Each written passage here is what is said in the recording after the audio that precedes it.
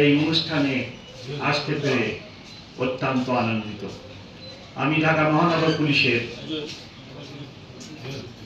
Deputy commissioner সহ বিভিন্ন পদে যোগদান করি এবং কাজ করি।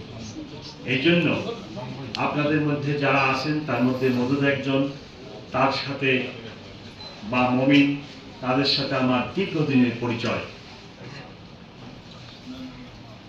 আজকে আপনাদের এই পুরস্কার বিতরণী এবং বৃত্তি প্রদান অনুষ্ঠানে আমাকে দাওয়াত দেওয়ার জন্য আমি অত্যন্ত আনন্দিত এবং কৃতজ্ঞ থাকব।